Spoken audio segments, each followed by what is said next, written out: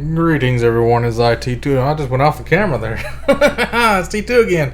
It's spring.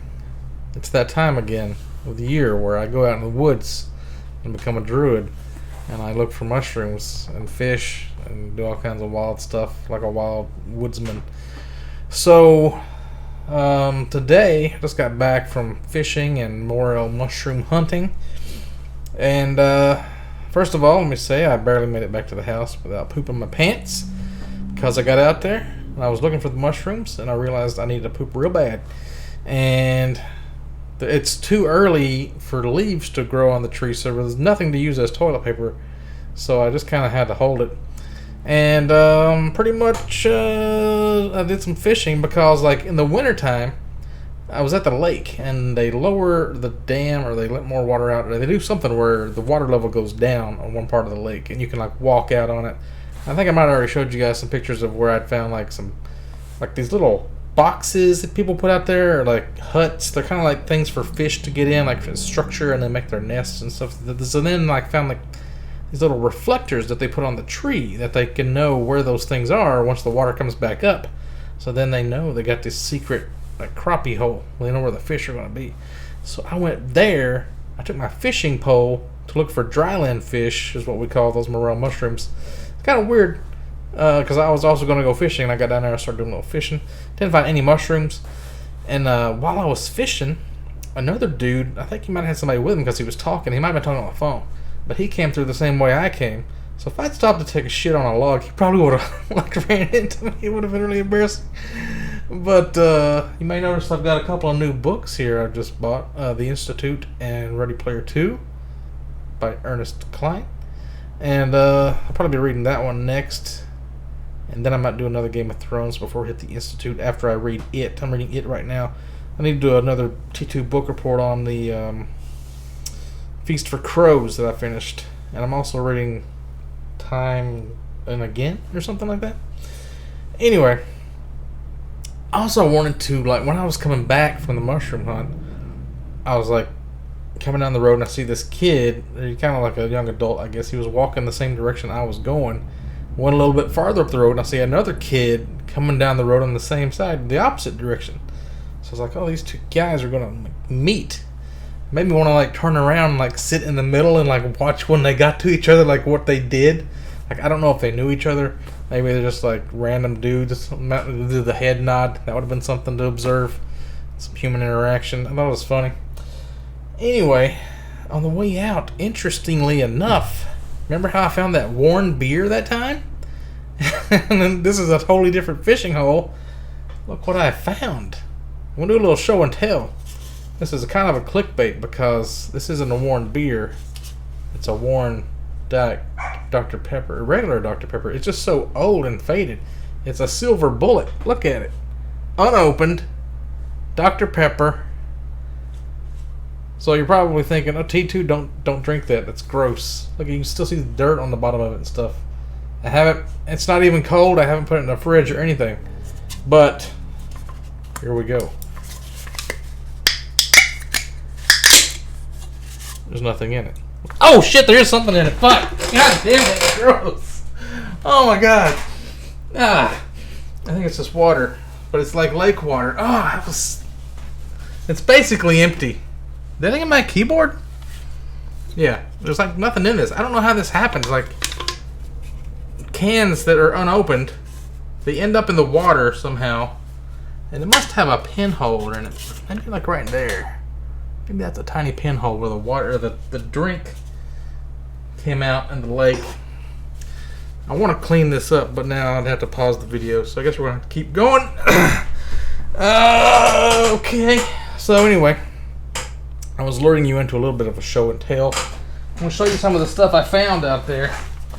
This actually I found at the baseball field that me and my boss and his kid, we like went to this pond that nobody ever goes to.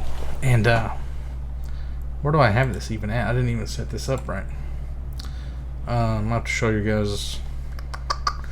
Is it in my emails? Like I had to email myself some photos because I don't have my shit on a network. What are we looking at? Yeah, this pond right here. We walked through a bunch of like weeds. I don't know what they're called, but those big weeds that you can like break off. You can kind of sword fight with them. And I found this big hole. It was like 3 or 4 feet down, straight, like a, looks like it had been made. And then it kind of went off at an angle. So I don't know if it was like a coyote den or what that was. But that's a pretty interesting pond. What else do I have on here? Let me just show you my photos and just get those out of the way. Let's see here. This is just like I was at work and I had some what do you call it, sesame chicken or something, and like this isn't half eaten. This is how it came. I opened it up, I microwaved it, I stirred it up, and this is what I got. I got 4 tiny pieces of chicken and like half a thing of rice. I really got ripped off on this, and I thought that was noteworthy. I should bring it up. Here's a big sinkhole I found. This is the flat pond area where I found those oyster mushrooms. Also where I was deer hunting, where I killed that buck.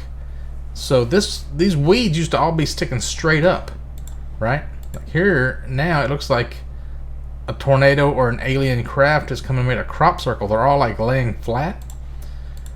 So what I think happened was, there's some trash. There's some more trash.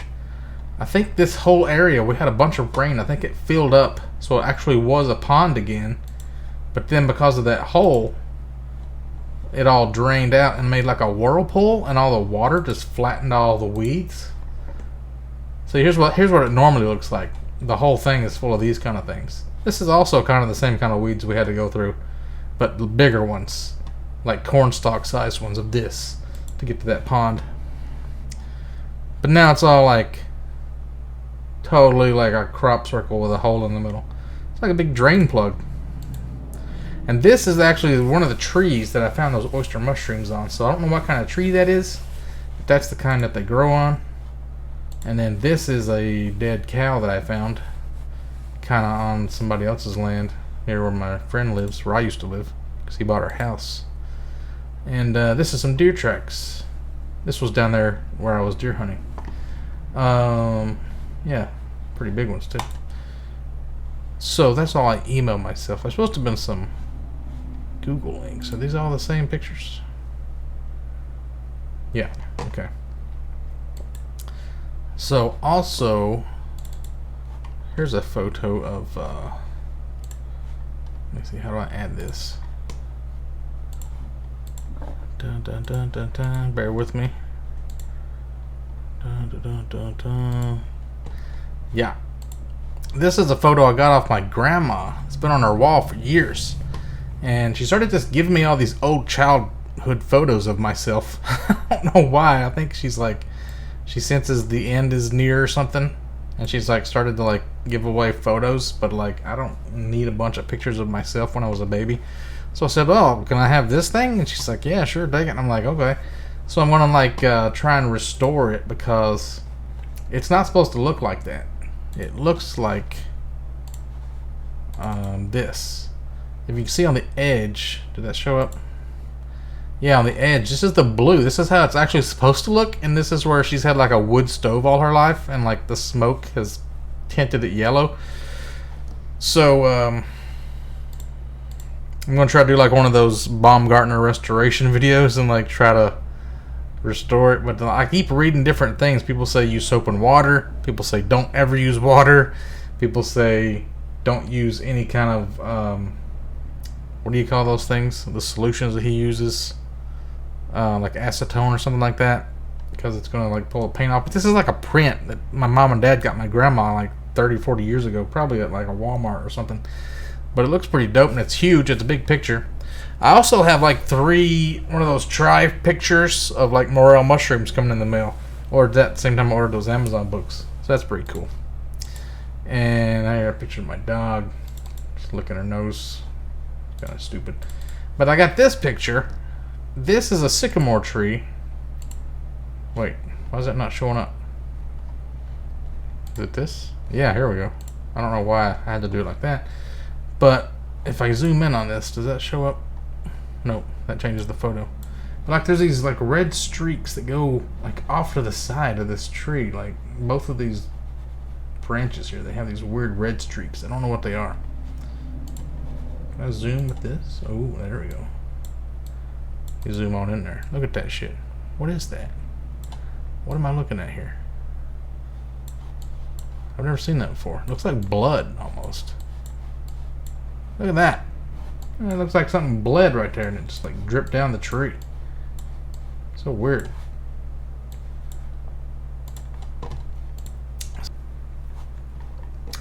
Well, I figured out a way to do it, but it's not pretty.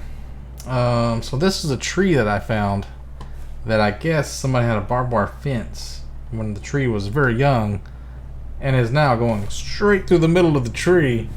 And this tree looks to be 30, 40 years old, I guess, so that's pretty crazy. This fence must have been there for like forever. And then that's the same picture before. This is some targets I found. Like, this is the spot where I was fishing at, but I was hunting here last winter one time. I went there and the leaves are real crunchy because this is where they all like float up from the lake and they get all dry. And I found like one tree where all the leaves had been like scraped away. So obviously somebody else had already been there hunting at that tree. So I sat there and hunted for a little bit. Then across the little stream where it comes out of the lake, I found these targets. And somebody had been practice shooting there. And also I found in the same area this massive crankbait that is like, these probably it cost like 15 bucks. Look at this. Look how big it is compared to my head. It's one of the big ones. Deep diver. Pretty good shape though. Oh, and here's the most interesting thing of all. I forgot this part. I found this hypodermic needle, boys. I've been shooting drugs. No, I think this is like a tranquilizer dart because it's got this thing on the end.